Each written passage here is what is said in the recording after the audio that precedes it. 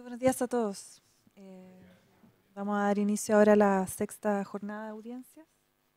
Tenemos un pequeño problema técnico acá arriba del estrado, así que les vamos a pedir un poquito de paciencia.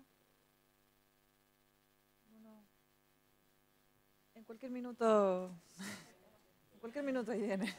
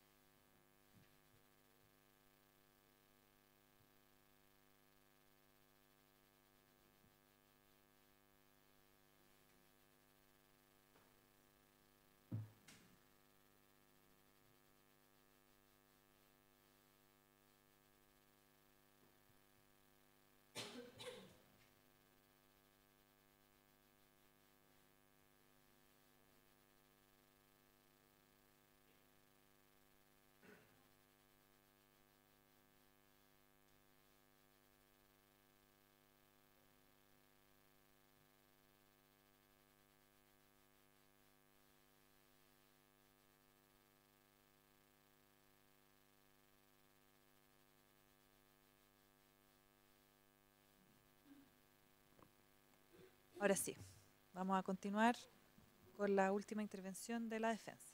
Tiene la palabra. Gracias, su señoría. Buenos días. Bien, me voy a referir básicamente a dos aspectos jurídicos. El primero se refiere a cuál es la conducta que desarrolla mi defendido y si esta conducta constituye un acto preparatorio, con la consecuencia que aquello tiene de acuerdo al artículo 8 del Código Penal, que establece que los actos preparatorios son atípicos.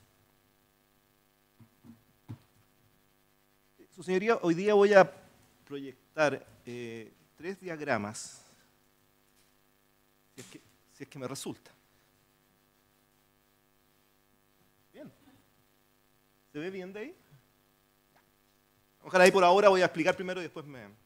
Bien. Su señoría, lo que pretende imputarse a mi defendido es haber realizado transacciones, compraventas de acciones. Así dice la acusación, dice transacciones. Y hemos hablado todos estos días de transacciones. Y ello, su señoría, no es la conducta que en estos hechos realiza Donaldo Mota. Su señoría, como se trata de operaciones bursátiles, resulta que no cualquiera puede vender y comprar acciones en el mercado de valores. No cualquiera.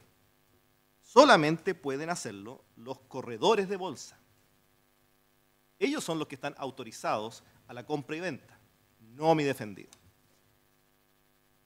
Y su señoría, mi defendido, cuando llama al corredor, le da una orden de haz una compraventa. Tampoco. Yo creo que esto es relevante entenderlo bien, para entender bien, así como se entendió bien, por ejemplo, varias cosas durante estos días que llevamos, digamos, como por ejemplo el esquema de las sociedades controladoras, no controladoras, pero que tienen acciones en Sokimich. Bueno, de la misma forma creo que es interesante entender algo que en la acusación está bastante simplificado y que no es tan simple. Lo que hace Donaldo Mota es básicamente darle una instrucción al corredor. Y la instrucción que le da es la de colocar en el mercado de valores una oferta. Una oferta que puede ser de venta o una oferta que puede ser de compra. El corredor recibe esa instrucción de Donaldo Mota. ¿Y qué es lo que hace el corredor, que es el único autorizado para operar en el mercado de valores? El corredor toma esa oferta y él la coloca en el mercado de valores. Voy a hablar de las OD de 3 minutos, las órdenes directas de 3 minutos, que son la mayor parte de los casos que nos tocan. Hay otras que son remates. En una OD de 3 minutos, orden directa de 3 minutos, ¿y por qué se llama OD? Porque el corredor coloca la orden de compra y también coloca la orden de venta. Coloca la orden de compra y coloca la orden de venta. ¿Y qué quiere decir colocarla? Y por 3 minutos. Esto lo van a explicar mucho mejor los peritos y los técnicos que vamos a traer. Pero, ¿qué quiere decir?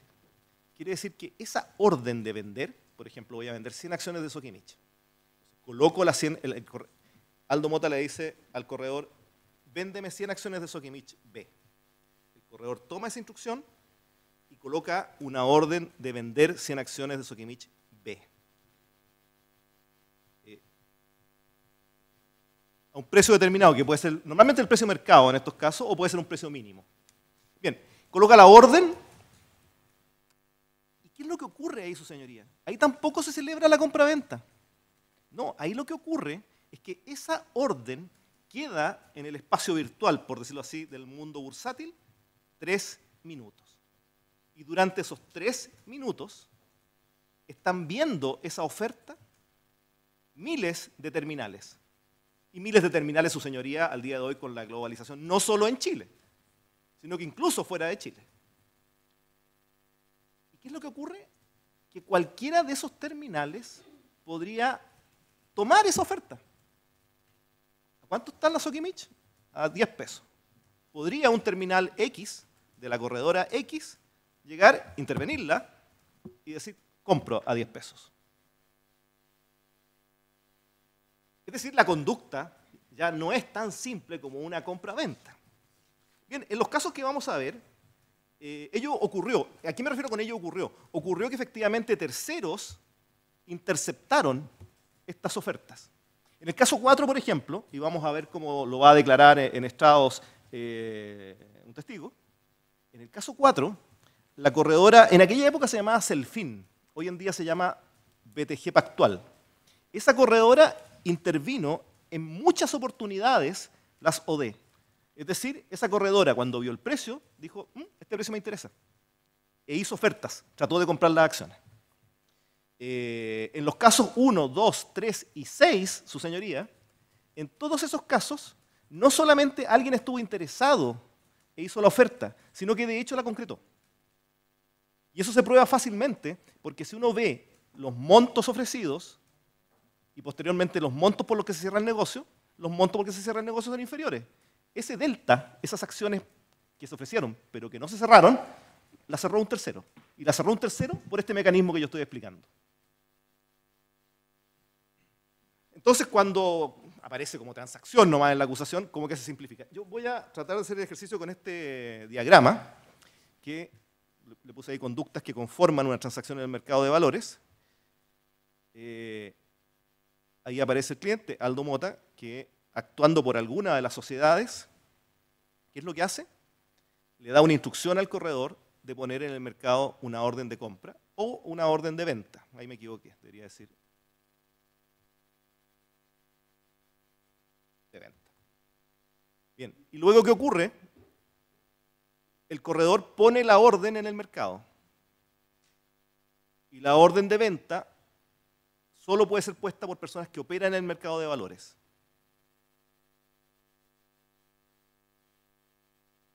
Y ese mercado de valores, la orden va a todos los terminales del sistema. Cualquiera puede ofertar y comprar. Es la mejor oferta la que se lleva a las acciones. Lo mismo ocurre si la orden es de compra. Va la orden, el corredor coloca la orden orden está en todos los terminales y se puede interceptar. Bien. Más allá, su señoría, de que conforme al principio de congruencia, que ayer me referí tanto, si se acusa a mi defendido por realizar transacciones y en definitiva se acredita que no realizó transacciones, sino que lo que realizó fueron instrucciones, uno podría sostener que no es factible condenarlo. Pero más allá de eso, lo que es interesante, y es la particularidad que nos lleva a tocar este punto, además de aclarar al tribunal cómo opera el mercado de valores, es que en este caso se da una particularidad, que es que existe una sentencia judicial, ya no estoy hablando de jurisprudencia, Estoy hablando de una sentencia judicial dictada por la Corte de Apelaciones que se encuentra ejecutoriada y que por ende produce efecto de cosa juzgada. Esa sentencia, su señoría, se dictó en el ingreso de corte 3125 del 2017. En la discusión que tuvimos respecto de la apelación de una excepción de previo y especial pronunciamiento de incompetencia. ¿Y qué dijo ahí la ilustrísima Corte? Que sabiamente percibió esto.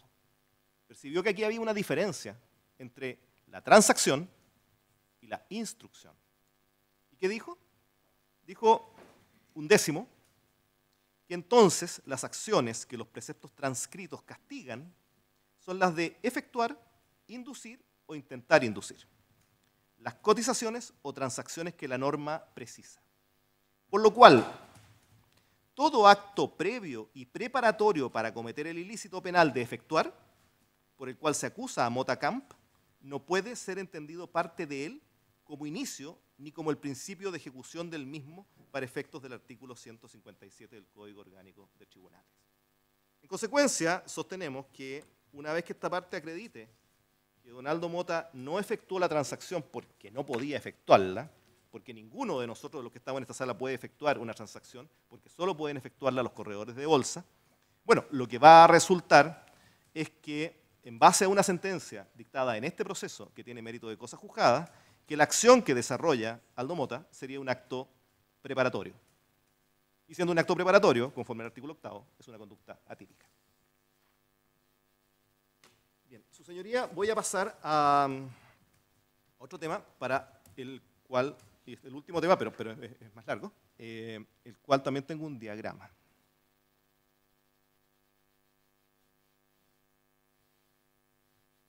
Tengo dos diagramas acá.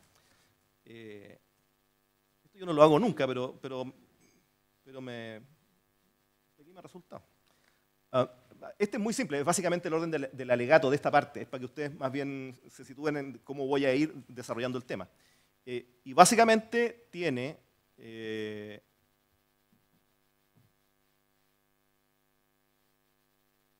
cuatro aspectos. Primero voy a analizar en qué consiste el tipo penal del artículo 53 de la Ley de Mercado de Valores según la doctrina nacional.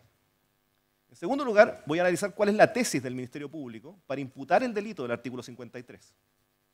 Y en tercer lugar, voy a ver por qué sostenemos que dicha tesis es errada. Y por último, una conclusión. Bien, ¿en qué consiste, su señoría, el delito de manipulación bursátil, según nuestra amplia doctrina nacional? Su señoría, si nosotros observamos que los actos, no sé si prefieren que yo apague eso mientras hablo o lo dejo nomás. No hay problema, ya. Bien, si nosotros observamos, señoría, los actos, prácticas o mecanismos ficticios, engañosos o fraudulentos, que son los medios con los que se afecta la confianza de los inversionistas, y esa confianza de los inversionistas en el mercado de valores es la que hace posible fomentar la inversión de sus instrumentos, podemos sostener que el objeto de protección, y de ahí vamos a llegar al bien jurídico, a que se refería el legislador en 1980 al establecer sanciones para esos actos, prácticas o mecanismos engañosos o fraudulentos, específicamente esa confianza de los inversionistas en el mercado de valores. Su señoría, según el diccionario de la Real Academia de la Lengua, se tiene confianza en una cosa cuando esa cosa posee las cualidades recomendables para el fin al cual se destina. Luego, para saber a qué nos referimos cuando hablamos de la confianza en los mercados de valores, lo primero que debemos determinar es cuál es el fin de los mismos. Según la literatura económica más autorizada, el mercado de valores, como parte de los mercados financieros, tiene tres funciones principales o básicas. La primera, y que es la que tiene relevancia para los efectos de lo que estamos hablando, es la fijación del precio de los activos o valores que comprende, y consecuencialmente de sus rendimientos financieros. Y ello mediante la interacción de compradores y vendedores. En segundo lugar, una segunda función es la de proporcionar liquidez a los inversionistas. Y en tercer término, y uno de los elementos del mercado de valores es reducir los costos de transacción y los costos de información. En un mercado eficiente, los precios reflejan la información agregada y recolectada por todos los participantes del mercado. En consecuencia, su señoría, desde este punto de vista, podríamos decir que la confianza de los inversionistas en el mercado de valores consiste en la seguridad de que la fijación de los precios se hará mediante el mecanismo de la libre concurrencia entre oferentes y demandantes, y que en consecuencia dichos precios reflejarán adecuadamente la información que sobre dichos valores tiene el mercado, lo que les proporcionará liquidez.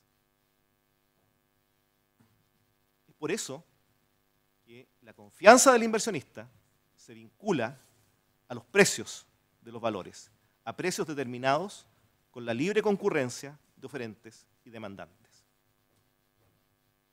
La historia de la ley, que se citó en estas jornadas, pero nunca se leyó algo de ella. Es por esto, por esta lógica, que al discutirse el texto de las normas del artículo 52 y 53 de la Ley de Mercado de Valores, en el seno de la Junta de Gobierno de aquella época, se dejó establecido lo siguiente: la intención del legislador, y esto es muy interesante, su señoría, porque, perdón, me salió un poco de la cita, pero es muy interesante la cita que voy a hacer, porque lo que hace el legislador de 1980, a diferencia de lo que en algún alegato se dijo acá, es decir, mire, señores magistrados, este es el sentido de la norma. Es bien particular esta parte de la historia de la ley. ¿Qué es lo que dice? Dice: la intención del legislador es expresar con toda claridad y hasta donde sea posible, esta es la parte que yo la encuentro muy relevante, para que el día de mañana el Poder Judicial lo califique, que cualquier tentativa que lleve a la distorsión del mercado, de la realidad del mercado, del resultado de la libre competencia, es una actividad prohibida. Esta confianza, su señoría, de los inversionistas en el mercado de capitales como mecanismo para la adecuada fijación de los precios es, en consecuencia, también el bien jurídico que la doctrina extranjera reconoce protegen en primera línea los delitos similares de manipulación del mercado, agregándose que la protección del patrimonio de los inversores que han adquirido valores fuera del precio que debiera fijarse por la libre concurrencia aparece en un plano secundario o mediato de protección. Ayer yo lo citaba al profesor Alfredo Echeverry. Yo no sé si se ve bien ahí, creo. Tampoco sé si yo soy capaz de aumentar el...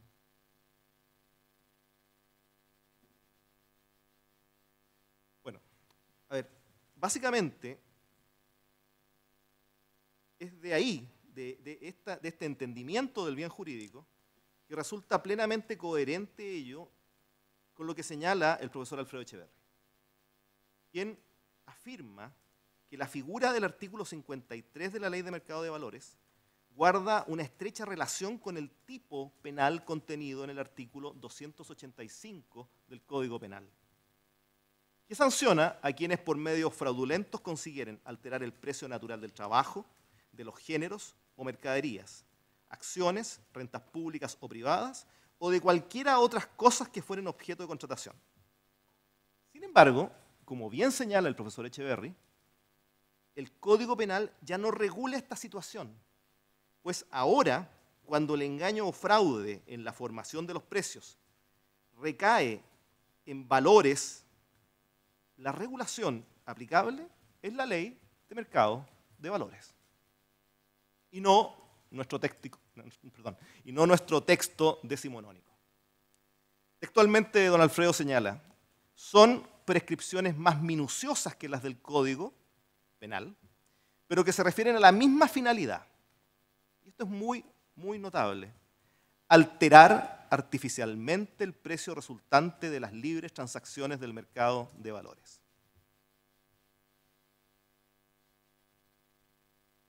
Cuando se dictó nuestro Código Penal,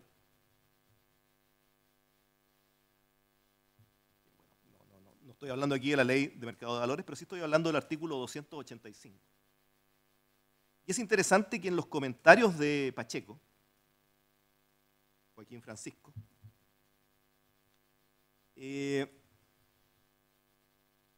un argumento era precisamente el agio siguiente. Una carta falsa leída en la bolsa, una posta, un posta, no una posta, un posta como un junior, simulado que se haga entrar ostensiblemente para divulgar cierta noticia, un anuncio hábil inserto en un periódico, pueden en determinadas circunstancias causar un trastorno en los precios que enriquezca y arruine a 1000 personas. Eso cuando se incorpora el 285. Y Fernández, Pedro Fernández, luego de transcribir las mismas palabras de Pacheco, las mismas que yo acabo de referir de ese agio,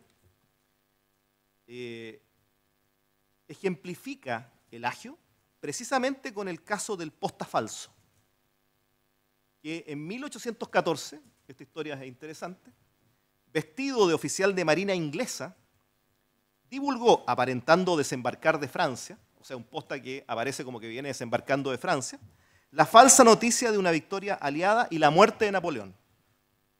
Y eso lo hace a las puertas de París, lo cual significó, primero, una enorme ganancia para los tenedores de títulos del gobierno inglés, entre los que se contaba la familia y el propio Lord Cochrane, quien luego fue procesado y condenado por haber recibido a este oficial marino de marina en su casa. Y ahí se cambió de ropa el oficial de marina. Bien, por lo mismo, su señoría, por todos estos argumentos, es que tampoco es de extrañar que los autores nacionales modernos arriben a similares conclusiones. En definitiva, el riesgo jurídicamente desaprobado es la manipulación bursátil de los precios del mercado de valores, en el sentido de que las conductas busquen producir variaciones artificiales del precio de un valor, llevándolo a un precio artificial, lo cual afectará la confianza del inversionista, confianza que a su vez configura el bien jurídico protegido. Bien, veamos la doctrina. Ya me referí al profesor Echeverri.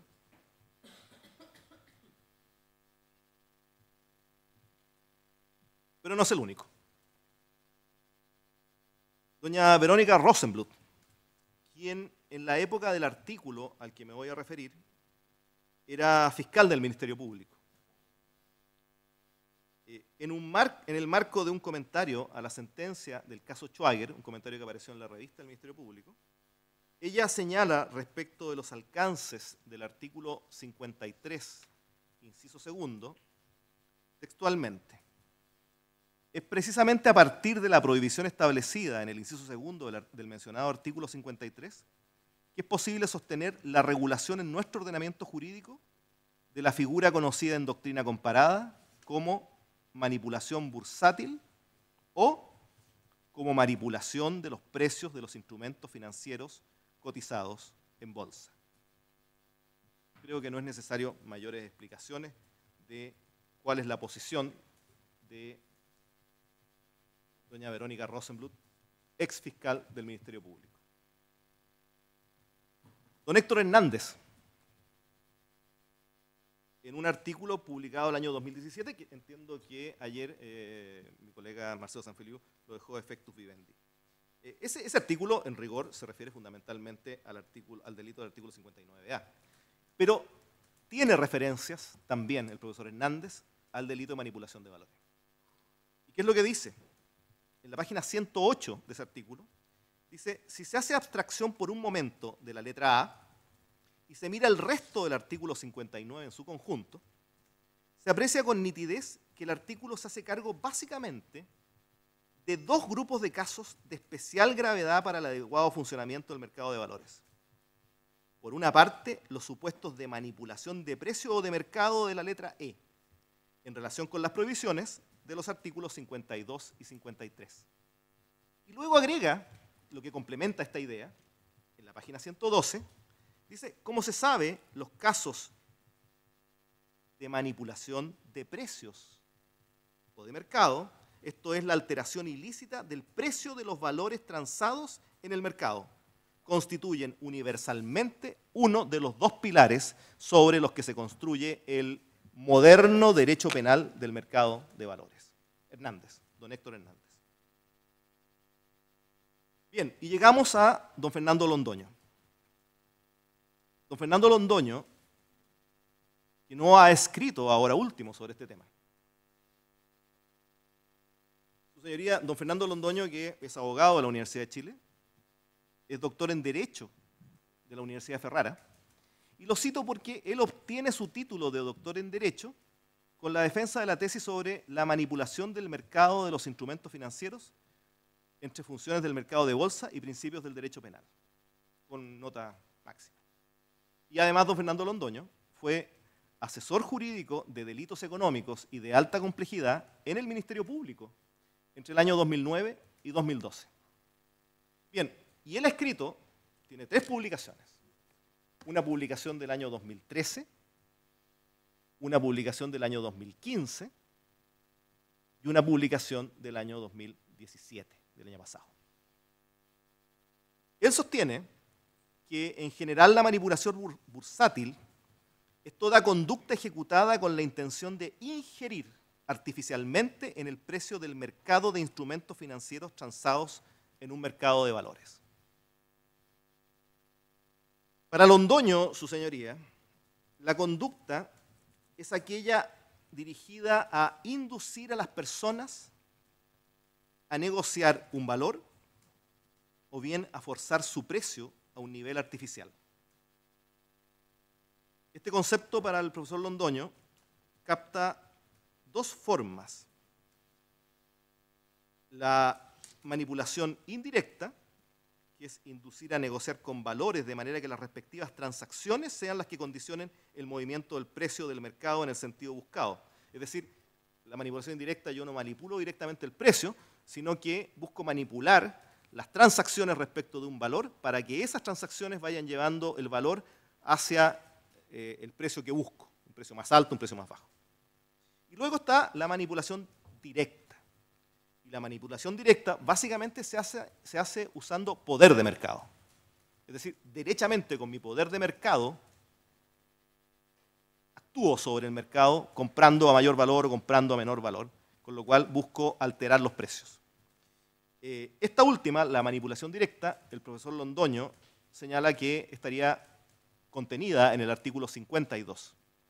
Y en el artículo 53 estarían contenidas las manipulaciones indirectas.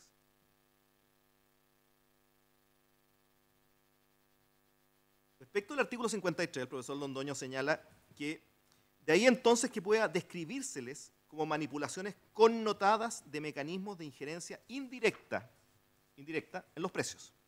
Indirecta en cuanto la alteración del precio pasa por la modificación del comportamiento de un número indeterminado de inversionistas, quienes operando bajo engaño sobre la oferta o la demanda conducen el precio hacia el nivel de precio esperado por el agente manipulador. En relación al inciso primero, el profesor Londoño sostiene que desde esta óptica se comprende el sentido de las transacciones y cotizaciones ficticias, de que trata el inciso primero del artículo 53. Ambas modalidades son especialmente idóneas para transmitir señales falsas al mercado. Tanto las transacciones ficticias como las cotizaciones ficticias transmiten información al mercado, le dan señales al inversionista. Y así, sobre las condiciones del mercado de un determinado título, ya condicionándolas a comprar o a vender. Su señoría, nada de eso ocurre en este caso. Nada. Y no solo no ocurre, sino que, como veremos, ni siquiera está planteado. Y en relación al inciso segundo, que tiene 2 fórmulas, por un lado, contiene la fórmula de efectuar transacciones engañosas o fraudulentas. En este caso, la referencia a fraude o engaño, el profesor Londoño señala que está referida no a intereses patrimoniales individuales, sino que como una lesión especial a un interés institucional superindividual como es el mercado de formación de precios, como es el mecanismo de formación de precios de mercado. Debiendo tener una cualidad tal que a partir de ellas, a partir de estas conductas, sus efectos, los inversionistas se muevan a invertir o desinvertir de forma tal que se mueva el precio de las acciones. La segunda modalidad del 53, inciso segundo, esto es inducir o intentar inducir a la compra o venta de valores, él señala, aquella fórmula, la del inciso segundo, representa una perifrasis, pues es induciendo a las compras que se actúa en el aumento de la demanda, mientras que induciendo a las ventas es que se actúa en el lado de la oferta, y desde ahí la pretendida rebaja del precio de mercado. Es decir, su señoría, el artículo 53 lo que busca proteger es precisamente el bien jurídico de la correcta formación de los precios en el mercado de valores, para así garantizar la confianza del inversionista. Ahora, aclarando un punto que se señaló en alguna sesión anterior,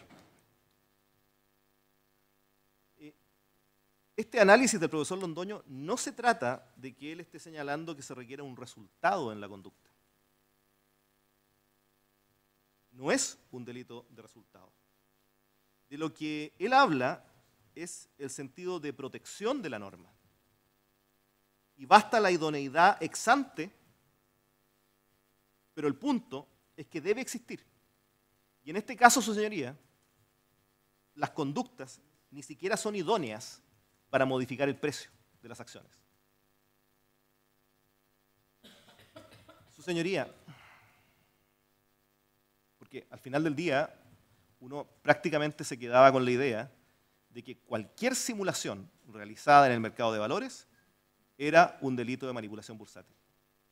Y su señoría, es absurdo pretender que la pena del contrato simulado de nuestro Código Penal salte a una pena de crimen por el solo hecho de que se hizo en el mercado de valores. Eso no tiene razonabilidad.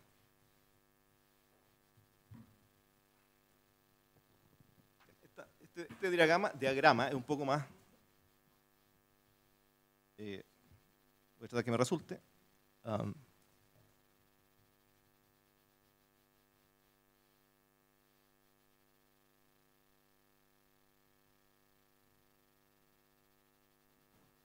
Este diagrama pretende mostrar lo que es la tesis del profesor Londoño, que él, como decíamos, básicamente señala que es toda conducta ejecutada con la intención de ingerir artificialmente en el precio del mercado, inducir a la persona a negociar un valor o bien a forzar sus precios a un nivel artificial. Y las divide entre injerencias directas e indirectas. Las directas están en el artículo 52. Ahí quedo con 152, pero 52. Y son manipulaciones operativas, se usa el poder de mercado sin valerse de engaño. Y las indirectas, la manipulación informativa está en el artículo 61. Y las operativas impropias están, las engañosas extrabursátiles, como el caso de Schwager, en el inciso segundo. Action-Based Manipulations en Estados Unidos. Y las operativas impropias están en el artículo, en el inciso primero, que son, por ejemplo, las watch sales o las purchase match orders. No es muy bueno mi inglés, señoría, disculpe. Y acá tenemos en las que son mediante el inciso segundo, las engañosas, las informativas que buscan bajar el precio y luego comprar, y cualquier otra forma de injerencia indirecta. Bien. El profesor Londoño, esa es la conclusión a la que llega, junto con todo el resto de la doctrina nacional. Un punto que es relevante, su señoría, es la antijuridicidad material de la conducta. Debemos señalar que, según lo expuesto recién, cuando hablé del bien jurídico,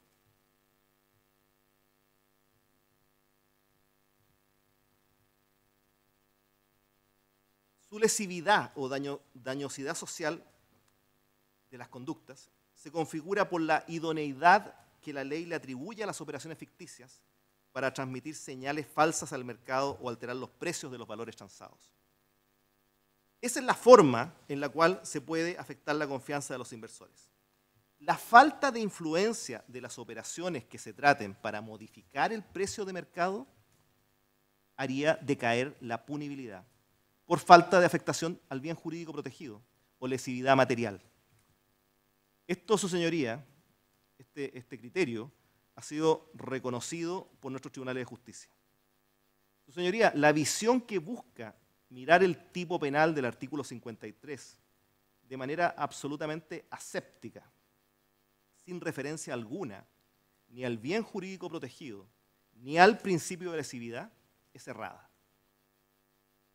Su señoría, la Corte Suprema, en un fallo del año 2016, el 49908-2016, en su considerando séptimo, señaló: para llevar a cabo el proceso de atribución o determinación de que una conducta realiza el tipo penal invocado, debe partirse necesariamente del bien jurídico protegido en el caso concreto y resolver si éste ha sido efectivamente lesionado o puesto en peligro por la acción realizada, de manera que ha de ser el daño social el fundamento y medida de la pena prevista por la ley en un Estado de Derecho, y no consideraciones respecto a la fidelidad o al sentimiento de las personas frente a dicha organización estatal, propias de los regímenes totalitarios del siglo pasado. Yo agregaría que también hay algunos regímenes totalitarios en este siglo, pero es un comentario político. Bien, el Tribunal Constitucional también va en esta línea. En un fallo del año 2007, en el rol 739-2007, considerando 15, señala: las limitaciones impuestas por el derecho penal a los derechos esenciales derivan de la necesidad de proteger bienes jurídicos trascendentes. No se establecen para castigar la mera desobediencia, sino que deben ser idóneos para la finalidad de protección referida.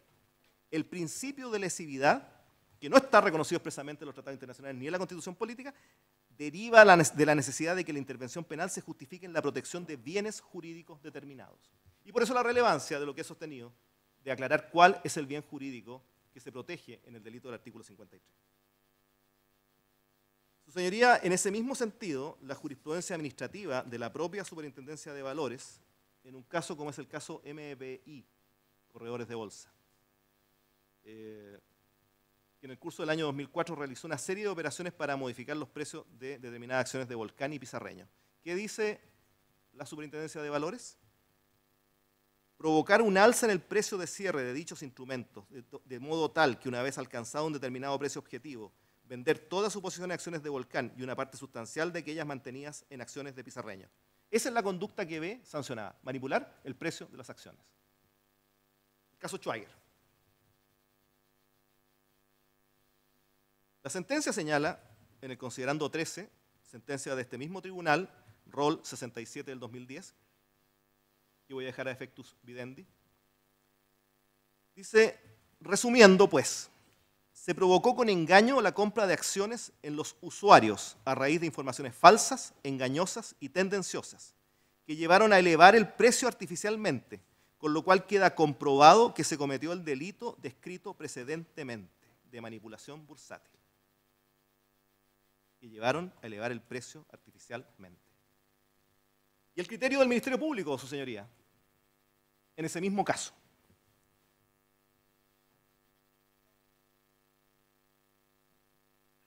¿De dónde sacamos esto? De la misma sentencia. En la misma sentencia está transcrito o analizado el alegato de apertura. ¿Y qué señala el Ministerio Público? En definitiva, todas las conductas del imputado antes descritas, en la medida que recaen en comunicaciones engañosas de informaciones relativas a las condiciones y posibilidades comerciales de Schweiger, revelan intentos de inducir al público inversionista a la compra de las acciones de dicha empresa, actividad que por lo demás se verifica, según puede apreciarse a partir de los incrementos de los volúmenes de transacciones recaídas en Schweiger y del alza verificada en el precio. Para no cansarlas, voy a leer una sola parte más del alegato del Ministerio Público en Schweiger. La manipulación bursátil descrita en el artículo 53, inciso segundo de la referida ley, se habla de cualquier modalidad de artificio en que se busque alterar el precio de un instrumento o valor. Ese era el Ministerio Público en el año que se alegó esta causa. El Ministerio Público que sostenía que este delito era el delito que toda la doctrina nacional sostiene que es. Un delito que lo que debe buscar la conducta es alterar los precios en el mercado de valores. No cualquier conducta. Se citó en algunos alguno de los alegatos, yo ya me pierdo un poco. Las reglas del Comité de Regulación y Autorregulación de las Bolsas de Comercio.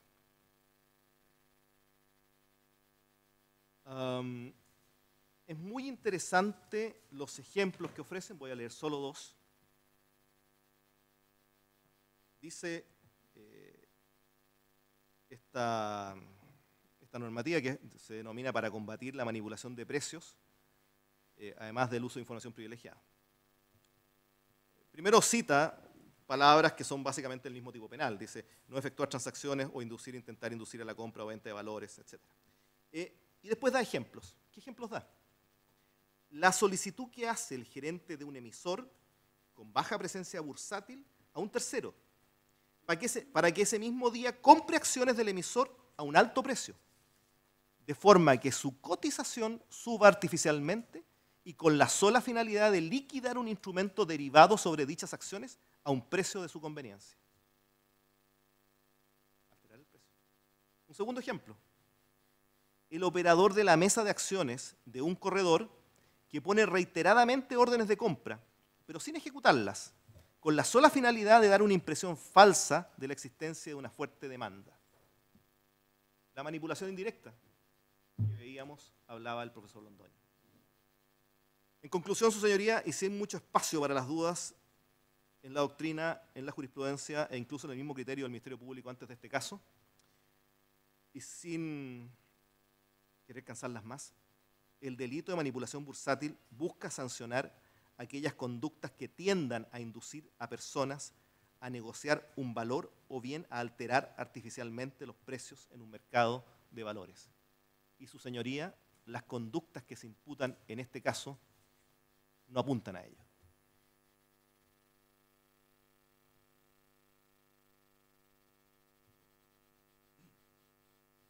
Volviendo a mi orden, voy a ver ahora cuál es la tesis para imputar que sostiene el Ministerio Público, pero para su tranquilidad me quedan 4 hojas.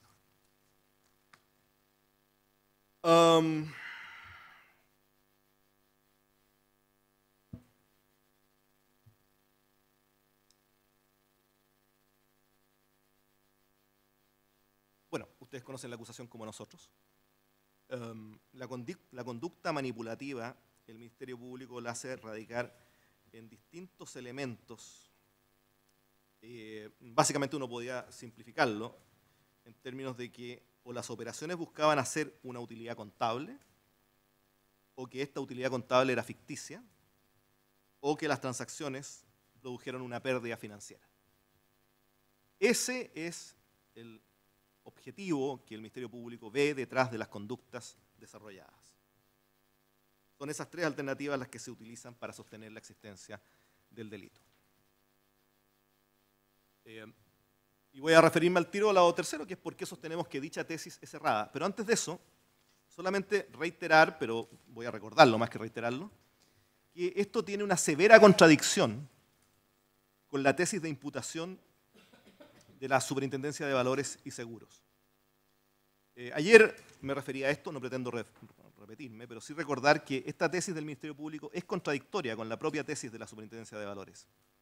Lo que tenemos es que respecto de un mismo hecho, de las mismas transacciones, la Superintendencia de Valores sostiene que es una infracción administrativa por un motivo y el Ministerio Público sostiene que es un delito por otro motivo.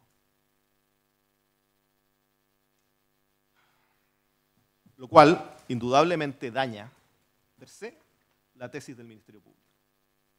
Bien, ¿por qué sostenemos que es cerrada la tesis del Ministerio Público? Cuestión no difícil de adivinar luego de todo lo que he dicho. Porque, su señoría, la forma de construir el delito de manipulación bursátil que usa el Ministerio Público no cuadra, no engarza con los elementos del delito de manipulación bursátil, según es entendido por la doctrina, por la jurisprudencia e incluso por los mismos fiscales que hoy acusan. El tipo penal exige que la transacción engañosa o que la transacción ficticia sea una conducta idónea para manipular el mercado, para lograr que los precios de determinados valores se muevan en el sentido que interesa al manipulador. Acá, En este caso, la conducta manipulativa, no existe. No solo no existen los hechos, no solo no era lo que buscaba mi defendido, sino que su señoría, ni siquiera cuando se imputan los hechos en la acusación, existe. No está imputado ello en la acusación.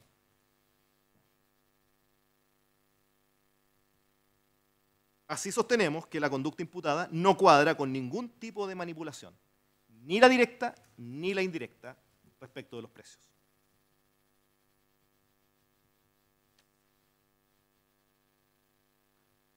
Su señoría, el Ministerio Público ha dicho que una interpretación en este sentido limitaría demasiado los deslindes del tipo penal. Su señoría, esa es la función del tipo penal. Esa es la función del tipo penal, delimitar los márgenes que son sancionados con una pena de cárcel. Esas son la función del tipo penal en un derecho penal de última ratio, en un Estado democrático de derecho. Y esta limitación es aún más consecuente en tanto se aplica en sede penal. Y no así en sede administrativa. Porque ese comentario da la impresión de que las únicas llamadas a proteger el mercado de valores fuera este tribunal. Y no es así.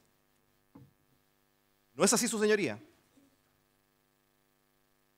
Existe un ente administrativo que persigue estas conductas y de hecho en este caso aplicó severas multas, entre otros a mi defendido. Esta garantía del tipo penal en esa sede, en la sede administrativa, en palabras de la excelentísima Corte Suprema, se aplican las garantías del individuo matizadas. Y como se aplican matizadas, el concepto de tipo penal es más laxo. En consecuencia, no se trata de que si uno le da un contenido al tipo penal, si uno el tipo penal lo interpreta conforme a la doctrina, conforme a la historia de la ley, conforme a la jurisprudencia de la propia Superintendencia de Valores, conforme a la jurisprudencia de este mismo tribunal, conforme al mismo criterio que tenía el Ministerio Público hace unos años atrás, va a estar quedando todo un ámbito del mercado de valores sin regulación. No, eso no es así.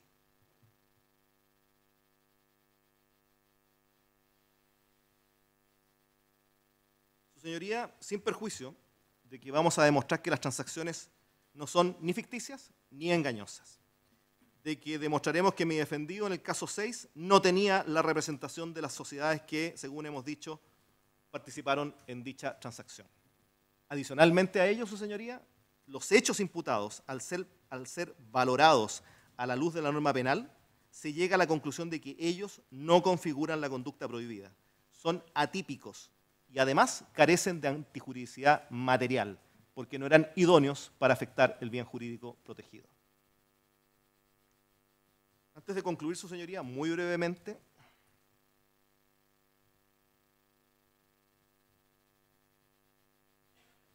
su señoría, hasta aquí hemos argumentado sobre la licitud de las conductas, sobre la normalidad de las conductas y sobre los aspectos jurídicos a los que ya me referí largamente.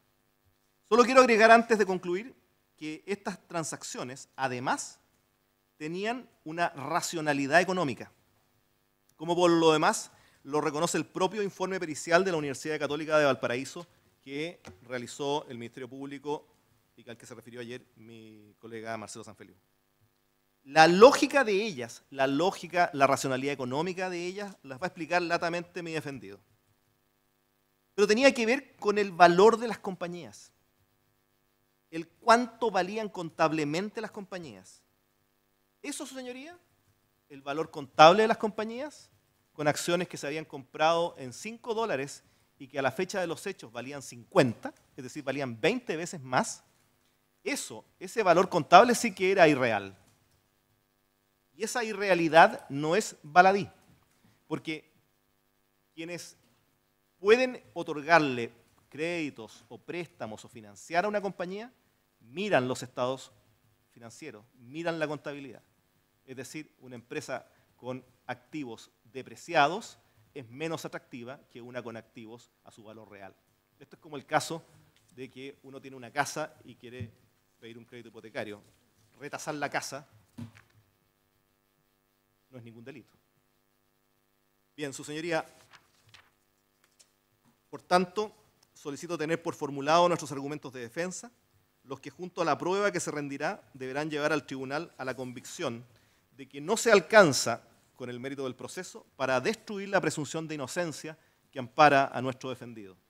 Ni podrán adquirir más allá de una duda razonable la convicción de que se haya cometido un hecho punible y que en él le hubiera correspondido a mi defendido una participación culpable y penada por la ley. Gracias. Gracias.